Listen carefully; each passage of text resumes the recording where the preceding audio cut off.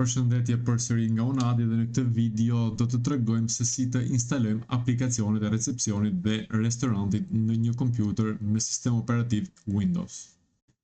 Pasi keni shkërkuar ose pasi ju janë dërguar fajlat për instalim recepcionit dhe restoranti, po të shikoni nga këtu poshtë një folder, do klikojmë mbi to, do klikojmë mbi recepcionin. Mund t'ju dali kjo tabela këtu, more info, run anyway, vazhdo në instalimi.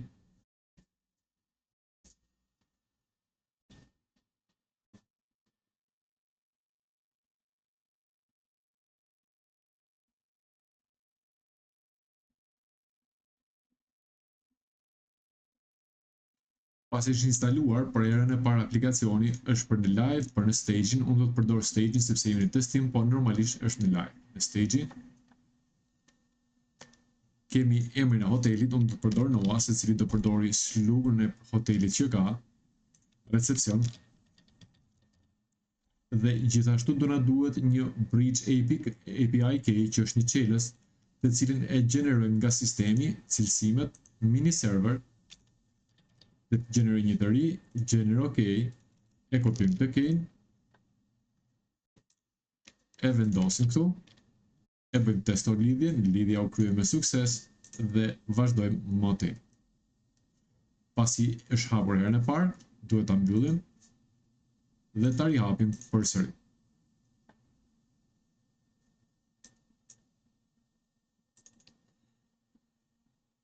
Pasi e rihapim përsëri, përdëruesit janë marrë, mund të klikojmë mbi përdërues dhe hapet aplikacioni i recepcionit. E njëjtën gjë do bëjmë edhe me aplikacionin e restorantit për kamarier. Restoranti.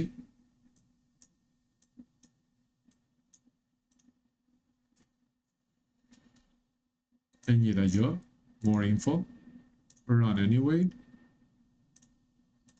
Do presim derisa të instalohet dhe mund të përdorim edhe këtu të njëjtin key ose gjenerojmë një qelës tjetër.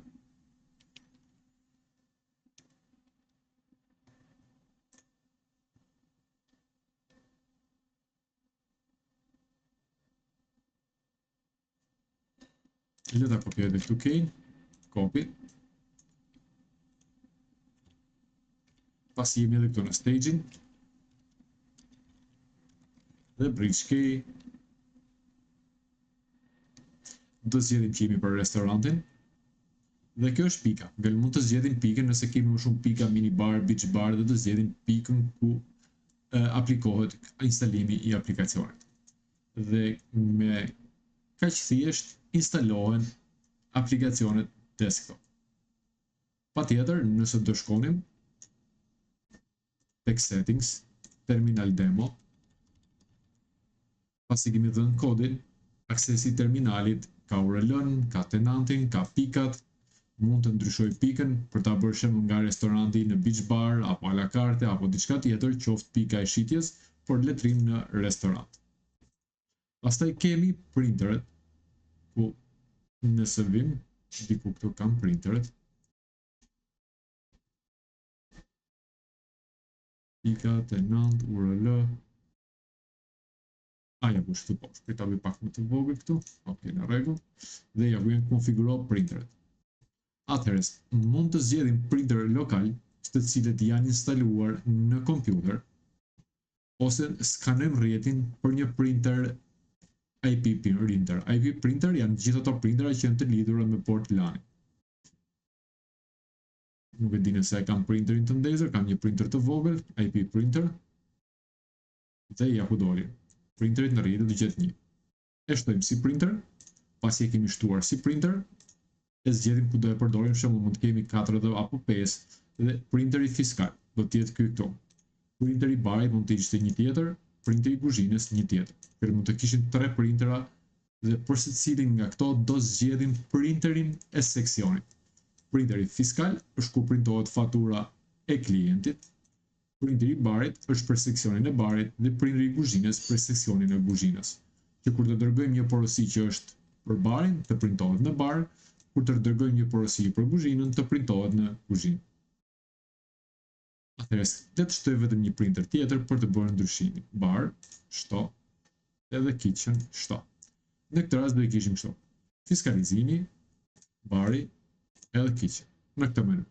Ku në secilin seksion të printohej fatura e duhur. Fatura e barit në bar, fatura e kuzhinës në kuzhinë. Dhe kaq ishte dhe mbaruam me instalimin e aplikacionit. Të njëjtën gjë duhet të bënim edhe për aplikacionin e recepcionit. Le të hapim edhe një aplikacionin e recepcionit, vetëm për të bërë konfigurimin e printerëve. Tek recepcioni, të hapim pak këtu. Nëse hapim, njoftu shumë jo kaq të madhe. Ok, në rregull, besoj që është e aksesueshme. Do dalim një herë, do lidhemi si terminal. Dhe terminali do shkojë përsëri tek profili dhe ka printeret. E njëjta gjë. Do kërkojmë për printer lokal. Mund të kemi X printer të instaluar në kompjuter.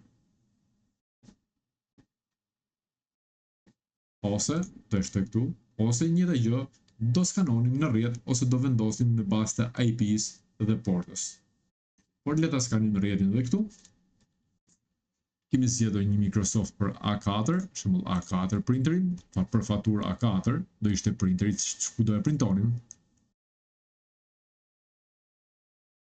E shtojmë dhe printerin e rrjetit.